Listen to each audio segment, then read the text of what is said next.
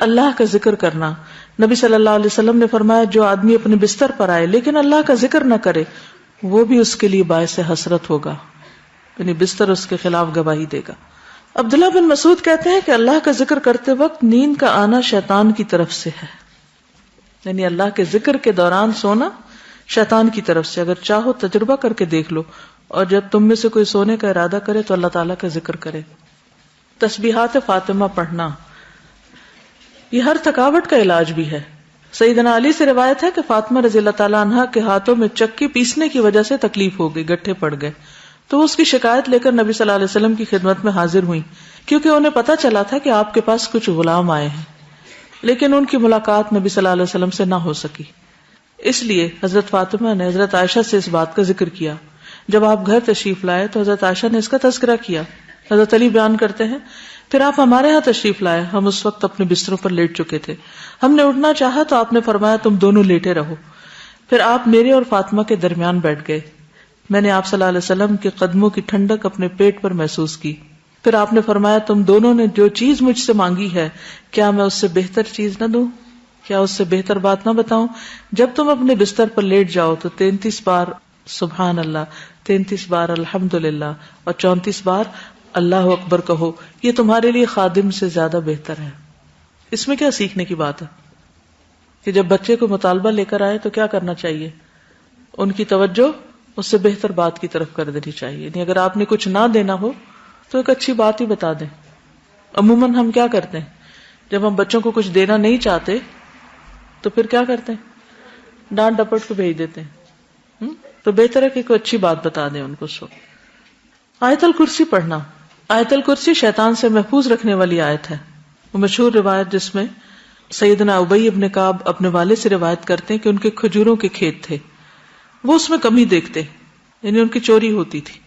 ایک رات انہوں نے چور پکڑ لیا. وہ ایک جانور سے مشابہ ایک نوعمر لڑکا تھا، جانور جیسی شکل تھی. انہوں نے سلام کیا تو اس نے جواب دیا. پوچھا تم کون ہو، جن ہو یا انسان؟ اس نے کہا میں جن ہوں. انہوں نے کہا اپنا ہاتھ میری طرف بڑھاؤ. اس نے اپنا ہاتھ بڑھایا. اس کا ہاتھ کتے کے ہاتھ کی طرح تھا، بال کتے کے بال کی طرح تھے. انہوں نے پوچھا کیا اس طرح جنوں کی تخلیق ہوئی، یعنی ایسی شکل ہوتی ہے؟ اس نے کہا میں یہ جانتا ہوں کہ جنوں میں مجھ سے زیادہ شدید اور کوئی نہیں. یعنی یہ نہیں بتایا لیکن کہا کہ میں ایک قوی جن ہوں. انہوں نے کہا تم میرے پاس کیوں آئے؟ اس نے کہا مجھے خبر ملی ہے کہ تم صدقہ کرنا بہت پسند کرتے ہو تو میں تمہارے کھانے میں سے اپنا حصہ لینے آیا ہوں. انہوں نے کہا کیا چیز تم سے بچا سکتی ہے؟ اس نے کہا وہ آیت جو سورۃ البقرہ میں ہے، یعنی آیت الکرسی. لفظ نہیں آیت الکرسی بولا. جو کوئی اس کو رات کے وقت پڑھے گا وہ صبح تک مجھ سے پناہ میں رہے گا، اور جو صبح اسے پڑھے گا وہ رات تک مجھ سے پناہ میں رہے گا. پھر جب صبح کو انہوں نے اس بات کا ذکر نبی صلی اللہ علیہ وسلم سے کیا تو آپ نے فرمایا اس خبیث نے سچ کہا. یہ صحیح بخاری کی روایت ہے. تو اس میں ہم میں سے ہر ایک کو اپنے سامان کی حفاظت کے لیے کیا کرنا چاہیے؟ آیت الکرسی پڑھنی چاہیے. چوروں پہ نظر ضرور رکھنی چاہیے لیکن دوسرے چور بھی ہو سکتے ہیں. پھر سورۃ البقرہ کی آخری 2 آیات. سیدنا ابو مسعود بدری سے روایت ہے کہ رسول اللہ صلی اللہ علیہ وسلم نے فرمایا سورۃ البقرہ کی آخری 2 آیتیں جو کوئی رات کو پڑھ لے گا وہ اس کو کافی ہو جائیں گی. کون سی ہیں وہ 2؟ آمن الرسول بما. نعمان بن بشیر سے روایت ہے کہ نبی صلی اللہ علیہ وسلم نے فرمایا کہ اللہ تعالیٰ نے آسمان و زمین پیدا کرنے سے 2000 برس پہلے ایک کتاب لکھی. اس کتاب میں سے 2 آیات اتاری جن کے ساتھ سورۃ البقرہ کو ختم کیا گیا.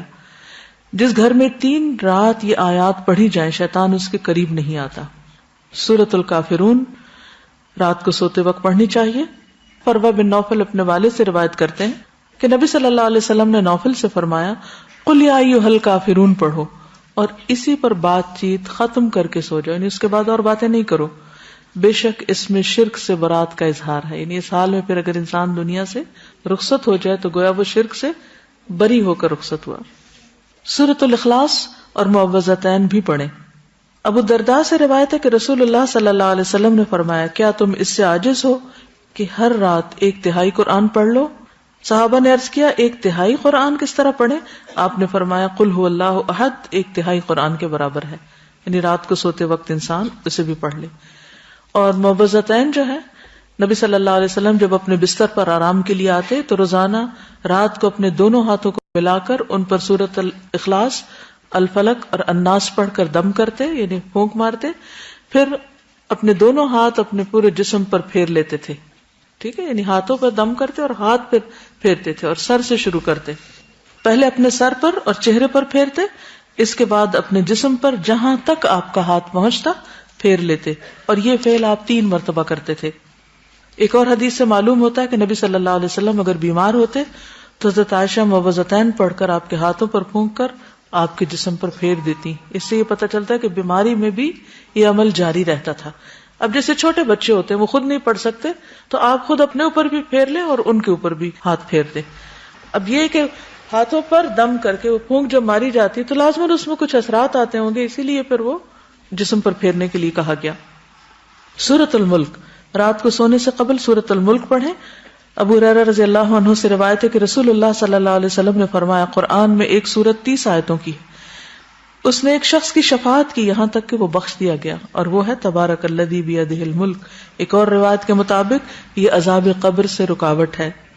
ابو ہریرہ کہتے ہیں بے شک اللہ کی کتاب میں ایک سورت ہے جو 30 آیات پر مشتمل ہے، وہ ایک شخص کی شفاعت کروائے گی، پھر اسے آگ سے نکلوا لے گی اور جنت میں داخل کروا دے گی، یعنی سورۃ الملک.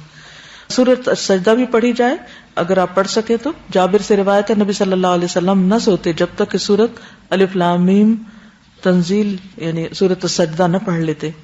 ایک اور روایت میں بھی آتا ہے کہ آپ اس وقت تک نہیں سوتے تھے جب تک سورۃ السجدہ اور تبارک نہ پڑھ لیتے. حضرت عائشہ سے روایت ہے نبی صلی اللہ علیہ وسلم سوتے نہیں تھے جب تک کہ زمر اور بنی اسرائیل نہیں پڑھ لیتے تھے. ہم تو ساری زندگی بھر نہ کبھی ایک دفعہ یہ سب کچھ پڑھا ہو. ہم کیوں نہیں پڑھ سکتے؟ ہمیں کیا مشکل ہے؟ کیونکہ ہم بہت مصروف ہیں. ہماری اکثریت کی مصروفیت کیا ہے؟ ہمیں تو سونے کا ٹائم نہیں ملتا، تو سوتے سوتے دیر کر دیتے ہیں، پھر اس وقت ہم صورتیں پڑھنے بیٹھ جائیں تو آدھی رات یوں گزر جائے گی. پھر کچھ اور مصنون دعائیں بھی ہیں جو رات کو بستر پر آ کر پڑھنی چاہیے.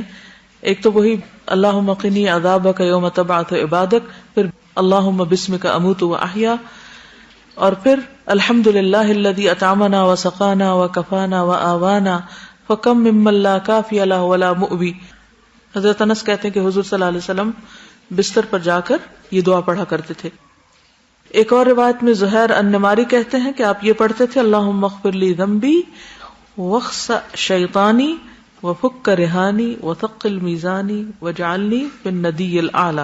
اے اللہ میرے گناہ بخش دے، میرے شیطان کو دفع کر دے، میرے نفس کو آزاد کر دے یعنی آگ سے، میرے میزان کو بھاری کر دے، مجھے اعلیٰ مجلس والوں میں شامل کر دے.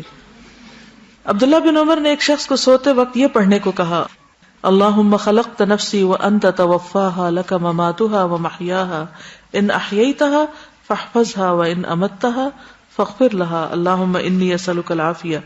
پھر ایک اور روایت ابو ہریرہ کہتے ہیں کہ نبی صلی اللہ علیہ وسلم نے فرمایا جو شخص اپنے بستر پہ جانے لگے تو اسے چاہیے کہ وہ اپنے کپڑے کے کنارے سے اسے 3 بار جھاڑ لے، پھر یہ دعا پڑھے بسمک ربی وضعت جنبی وبک ارفعہ ان امسکت نفسی فاغفر لها وان ارسلتها فاحفظها بما تحفظ به عبادك الصالحین.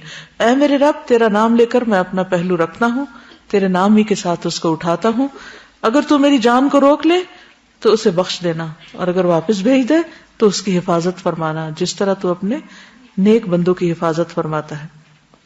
انس بن مالک کہتے کہ رسول اللہ صلی اللہ علیہ وسلم نے فرمایا جس نے اپنے بستر پر لیٹتے ہوئے یہ دعا پڑھی تو اس نے ساری مخلوق کی بیان کردہ اللہ کی تعریفیں کہہ ڈالی. اتنی خوبصورت دعا کہ گویا جتنی مخلوق ہے اللہ کے، وہ جو اللہ کی تعریف کرتی ہے اس نے اس طرح کی تعریف کر ڈالی. کیا ہوگی وہ؟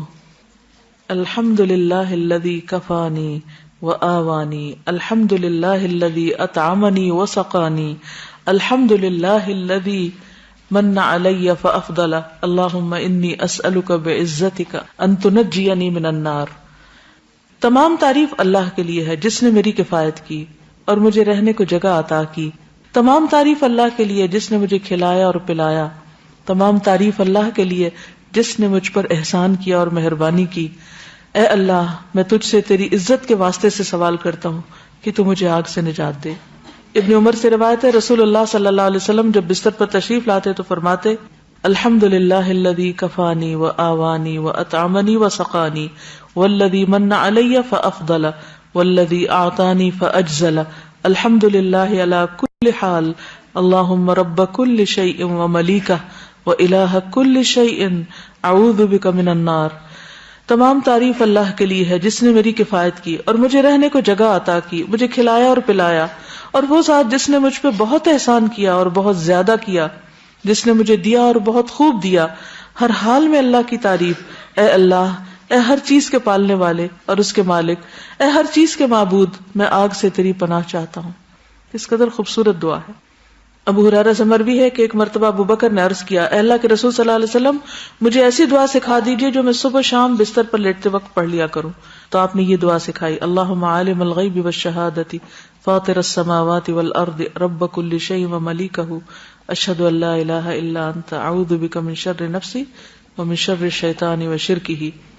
پھر نبی صلی اللہ علیہ وسلم نے فرمایا, جو شخص اپنے بستر پر جا کر یہ دعا پڑھے اس کے سارے گناہ معاف کر دیے جائیں گے, خاص سمندر کی جھاگ برابر ہوں. لا الہ الا اللہ وحدہ لا شریک لہ لہ الملک ولہ الحمد وہو علی کل شیء قدیر لا حول ولا قوۃ الا باللہ سبحان اللہ والحمد للہ ولا الہ الا اللہ واللہ اکبر. برا بن عازب کہتے ہیں, نبی صلی اللہ علیہ وسلم نے ایک صحابی کو وصیت کی اور فرمایا, جب تم بستر پہ جانے لگو تو یہ پڑھا کرو, اللہم اسلمت نفسی الیک وفوضت امری الیک ووجہت وجہی الیک والجأت ظہری الیک رغبتا ورہبتا الیک لا ملجا ولا منجا منک الا الیک آمنت بکتابک الذی انزلت ونبیک الذی ارسلت. اے اللہ, میں نے اپنی جان تیرے حوالے کی, اپنا معاملہ تجھے سونپا, اپنے آپ کو تیری طرف متوجہ کیا, اپنی پشت کو تیری پناہ میں دے دیا, تجھ سے امید کے ساتھ اور خوف کے ساتھ, تیرے سوا کوئی جائے پناہ اور نجات کی جگہ نہیں. میں ایمان لایا تیری کتاب پر جو تو نے نازل کی اور تیرے نبی پر جس کو تو نے بھیجا. دیکھیے کتنے ذکر ہیں, کتنی دعائیں ہیں, ایک سے ایک بڑھ کر خوبصورت ہے. سیدنا سہیل سے روایت ہے, جب ہم میں سے کوئی سونے لگتا تو ابو صالح کہتے, دائیں کروٹ پہ سو جاؤ اور یہ دعا پڑھو, اللہم رب السماوات ورب الارض ورب العرش العظیم ربنا ورب کل شیء فالق الحب والنوى ومنزل التوراة والانجیل والفرقان اعوذ بک من شر کل شیء انت آخذ بناصیتہ اللہم انت الاول فلیس قبلک شیء وانت الآخر فلیس بعدک شیء وانت الظاہر فلیس فوقک شیء وانت الباطن فلیس دونک شیء اقض عنا الدین واغننا من الفقر. نیند آنے تک ذکر کرتے رہیں. ربیہ بن کعب اسلمی کہتے ہیں, میں دن کے وقت نبی صلی اللہ علیہ وسلم کی خدمت کرتا, جب رات ہو جاتی تو میں آپ کے دروازے پر جا کر رات گزارتا, میں آپ کو ذکر کرتے ہوئے سنتا رہتا, آپ سبحان اللہ سبحان اللہ سبحان ربی پڑھتے رہتے, یہاں تک کہ میں اکتا جاتا اور مجھ پہ نیند کا غلبہ آ جاتا اور میں سو جاتا. رات کو پہلو بدلتے وقت لا الہ الا اللہ الواحد القہار رب السماوات والارض وما بینہما العزیز الغفار. رات آنکھ کھل جائے, لا الہ الا اللہ وحدہ لا شریک لہ لہ الملک ولہ الحمد وہو علی کل شیء قدیر الحمد للہ وسبحان اللہ ولا الہ الا اللہ واللہ اکبر ولا حول ولا قوۃ الا باللہ.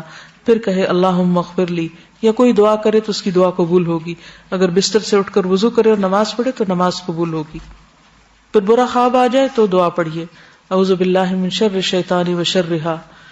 پھر نیند میں ڈر جانے پر بھی دعا پڑھیں, اعوذ بکلمات اللہ التامات من غضبہ وعقابہ وشر عبادہ ومن ہمزات الشیاطین وان یحضرون. زبانی یاد کر لیں, ورنہ رات کو اٹھ کے لائٹ آن کر کے کہاں سے ڈھونڈ کے پڑھیں گے.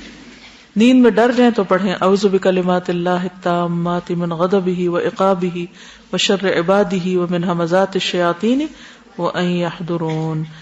پھر اسی طرح خالد بن ولید کہتے ہیں, میں رات کو نیند میں گھبرا جایا کرتا تھا, تو نبی صلی اللہ علیہ وسلم کی خدمت میں حاضر ہوا تو میں نے عرض کی, میں رات کو نیند میں ڈر جاتا ہوں تو میں اپنی تلوار اٹھا لیتا ہوں اور جو چیز سامنے آتی ہے اسے مار ڈالتا ہوں.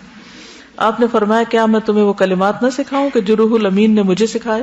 میں نے کہا کیوں نہیں. آپ نے فرمایا, کہو اعوذ بکلمات اللہ التامات التی لا یجاوزہن بر ولا فاجر من شر ما ينزل من السماء وما يعرج فيها ومن شر فتن الليل والنهار ومن كل طارق الا طارقا يترك بخير یا رحمان.